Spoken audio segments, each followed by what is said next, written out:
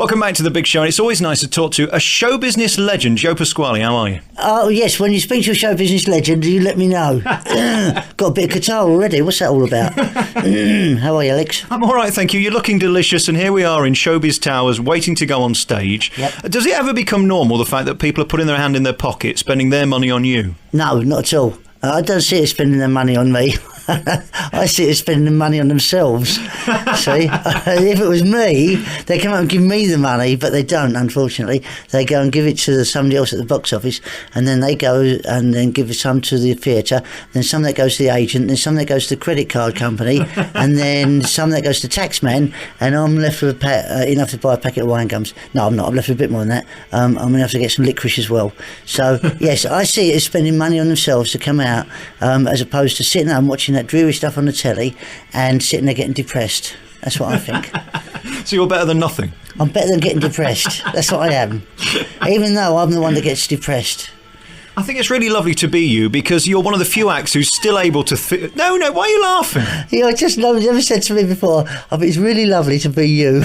That's nice. Well, it's true, because there aren't many acts who are still able to book theatres and fill them and keep touring. Yeah. I mean, you are a one-off, really, aren't you? Definitely one-off. Well, I think the answer to that is I love what I do. I think that comes across in the show. And I change the act every year as well, which you have to, because not just for the audience point, from my point of view, my sanity, I would go around the bend doing the same jokes night after night after night after. I don't know how people do it. I don't think there are many people doing it there, but I don't know. I change it regularly because I would get so bored of the tedium. That'd be a proper job then. You might as well be marking up, packets of nuts on a shelf in a supermarket, Lidl or Netto. Netto. Imagine working in Netto. I couldn't do that. Have you ever marked up nuts? I have, as it happens. Aldi. What about Aldi? Aldi's good. I couldn't do Aldi either. It's all very strange. What happens, though, when you get a great gag and it's one of those points in your career when it becomes associated with you and you love it and it's amazing and it always kills, but then you have to drop it? Sometimes we get something that good, people would expect you to do it still anyway, even though they know it. I think it's like a signature thing. Certain things become a signature which you can never ever get rid of, because if you don't do it, then they say, why don't you do that? And they'll start shouting it. So you're better off just keeping that sort of thing in. But there's always something better around the corner. You go, right, do that. Oh yeah, that's great. It grows well. But then that loses its shine, and then you find something else, and you work it until it gets really good again. What's nice about your show is it's not just comedy, because, you do get boring telling jokes, but you kind of break it in with a bit of magic and a bit of singing from time to time. And I think that's the reason people keep coming back, that it is a variety show, really, and just you. Yeah, it is. It's a bit of everything. A bit of singing, a bit of dancing, a bit of magic, a bit of painting, a bit of Reynard. And basically it is 2.5 hours, because it's normally a support act on, and normally I do 10-15 minutes at the beginning, then the support act go on for half hour or something, and then I do the second half. But next year I'm doing the whole thing myself, I've decided, because what happens is I go out and do 15 minutes, get them warmed up, and they're really raring to go, hey, and they're really up for it, and they go, I'm going to go now, and you give them to somebody else, and then they start again, because you always know, I didn't want him, I want Joe. So I decided that I hate leaving them after I've warmed them up for 15 minutes and I've got to go. A bit like Ken Dodd. Do you remember that thing we did? I did a thing last year, Ken Dodd's birthday, at the 80th birthday, and he said, I'm just going to do 7 minutes before I put you on, Joe. Did the 7 minutes and he was enjoying himself so much. 25 minutes later, I'm going to ring, Ken, I'm on in a minute, I'm supposed to be on in High Wycombe, get off. And he forgot all about me. So I'm going to do a Ken Dodd next year. I don't blame you. Also, there's a credit crunch on. Keep the money for yourself. Well, there is that. I'll buy 2 packets of wine gums and 2 pieces of licorice now. You mentioned that thing with Ken Dodd. It's always nice to be invited on another comedian's bill, because it means that A, they must like you, and B, you're not going to ruin it. It's nice to be in a point of your career where you get to do different stuff. Yeah, and what was really nice was, as far as I'm concerned anyway, Ken Dodd is a genius. He's one of the living legends of the business. There aren't many like Ken about anymore. Unfortunately, people like Tommy Cooper and Bob Monkhouse have gone. There's still a few left, but there aren't many left that are working now. Eric Sykes, I love Eric Sykes. I've met him a few times, and he's a genius as well. Unfortunately, Eric's not really working, doing the stuff anymore. But to be honest, I wanted to go on to Ken's show, and by Ken, and he said he actually changed the time of the show so he could accommodate me doing it, even though when he did change the time, it didn't make any difference to him. He still went on, did half hour. But he was adamant that he said, the show's not going on if Joe's not doing it, so... but I go a long way back with Ken, because he was on my New Faces Heat that I'd done. He gave me a lot of advice, and he changed all my act at the rehearsal. He said, if you change this, take that out there, don't do that gag, put this one instead, move that to there, move that to there, don't get rid of the rabbit like that, throw the rabbit down your trousers, shake it out the bottom of your leg, do all of this and you'll win, son, trust me. So I said, all right, and I did exactly what he said and I won. So we do go back a long way, and he's a great ambassador for the business, I think. I've got to know you a little bit over the last few years. I know we're not getting married or anything, but watching you work is so interesting because you're incredibly professional, although your act is the complete reverse of that. I mean, you make it look like everything's going wrong and you don't know what you're doing. Yeah. But, I mean, you take it incredibly seriously, don't you? Absolutely. I'm here 4 hours for the show to make it look like I don't know what I'm doing. And that's the art of it, I suppose. I don't know. I never knew Tommy Cooper. I love Tommy Cooper. I never knew him, unfortunately. Bob Monkhouse, I knew exceptionally well. He was, I was a bit of his protege of Bob's, and he was a great worker behind the scenes as well. The best story I ever heard about Bob Monkhouse was one of those million stories I know about Bob, but the one in particular that shows his genius, and it was so simple, was when he did an audience with. And he went out, he did the first 15 minutes, and then he got the floor manager, came over to him and said, sorry Bob, we've got a problem in the gallery, we've got to start at the very beginning. And he said, listen to an audience of celebrities, and he said to them, right, everybody go off, sorry about this, go and have a 15-minute drink while we start again. He said, I wouldn't expect an audience of professional people to sit through and listen to the same jokes again and ask you to laugh politely at the same jokes you've just heard. So if you give me 15 minutes, I'll see what I can do, you go and have a drink. Everybody went and had a drink. He went to his dressing room, sat there with a whiskey, and Colin Edmonds, his writer, didn't do anything at all.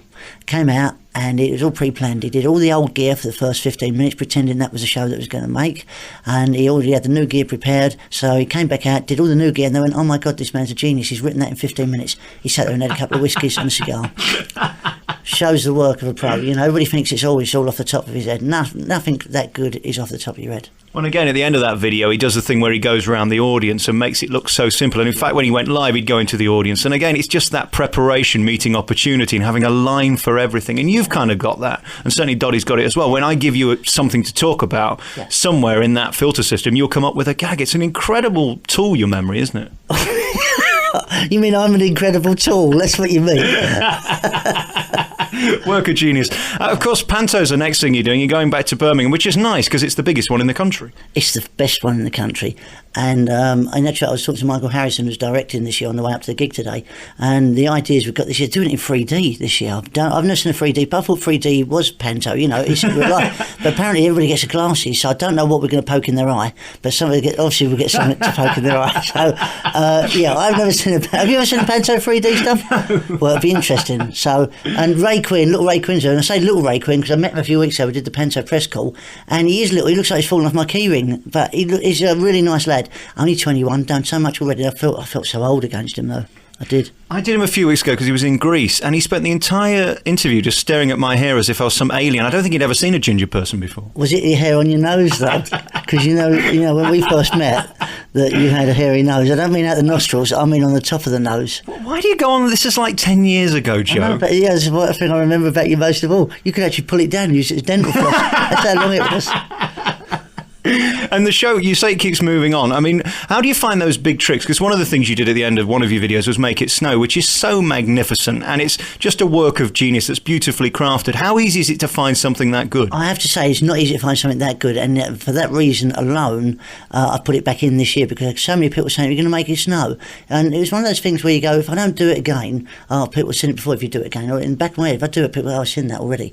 And then I found that if I wasn't doing it, people say, I only bought my nan or I bought so-and-so because you made it snow last time. I go, well, I'd done it last time.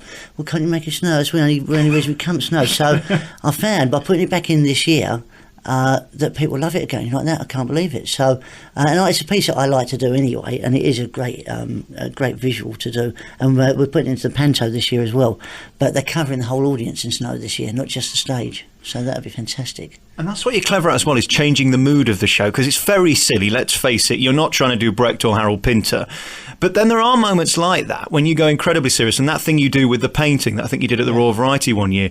I mean, you do like to change the mood to prove that you're not just some daft idiot. Well, yeah, I just think that to sustain an hour and a half, though, you can't keep people up there that long for an hour and a half because you wear them out. So to give them highs and lows throughout the act, I think it's just the nature of any film, any sort of entertainment. It has to have highs and lows just to to balance it out. Otherwise, if you've got all an hour and a half of people just sitting there going, "Oh, that's clever," and no one laughing. By the same token, you can't get people laughing for an hour and a half solidly like that because they won't be able to do it, or you can't do it. You can't sustain that tempo, that pace of the act. Are you watching tonight? Yeah, I'm in. Because you'll see tonight, the first half hour is relentless, machine gun style stuff, and take no prisoners. And then it slows down. Then you pick them up again, and drop them again, pick them up and drop them, and that's the nature of the act, really. And that's what I like to, as you just said, I like to play with it that way. Very finally, before we go, as you know, I now call you Hercules Pasquale because you're suddenly this Adonis. How's your physicality at the moment? Squeeze my arm. Right? Very nice. Yeah, Would you like to touch my D-cup bamboo? Squeeze my leg. Squeeze my leg. I don't know. Is that Squeeze inappropriate? my leg. Do it. Right, I'll do it now. It's inappropriate. Any further than that's inappropriate. But yeah, it's fine now. You're not doing bad, are you? I mean, because you're knocking on a bit now. Let's face it. Yeah, love. Are you really? Yeah. I'm about 18 months off of 50. What are you going to do for your 50th? I'll probably just go to Nando's. The 2-for-1 offer or something? Yeah. No, I just like a bit of chicken, love. I like a bit of chicken. Listen, congratulations on being you. The Panther's going to be in Birmingham at the Hippodrome this year, and you're touring again next year. And it's so nice to still see you doing the business, because a lot of these theatres are empty. There's a lot of stuff going on, so it's nice that people are still turning out. I totally agree. And also, as you said, there's a lot of comics out there, a lot of great comics out there, but there aren't many people catering for 5-year-old to 95-year-old across the board age-wise. So it's nice that people actually make the effort and get off their backsides and come and see a bit of live entertainment. And will Reynard be taking off his clothes this evening? Is that necessary? It's absolutely necessary. That's one of the things that's a must in the show. Oh, yeah. Because it just makes... That's for me. I have to say it's not for anybody. Because he's getting older and he's getting uglier. The body isn't... it's not good now. It's not. It looks like Pillsbury Doughboy. If anybody's old enough to remember Pillsbury Doughboy. Joe, thank you very much for talking to me. Good luck with the pantomime, and I'll see you tonight. See you tonight. Thanks, Alex. Brilliant.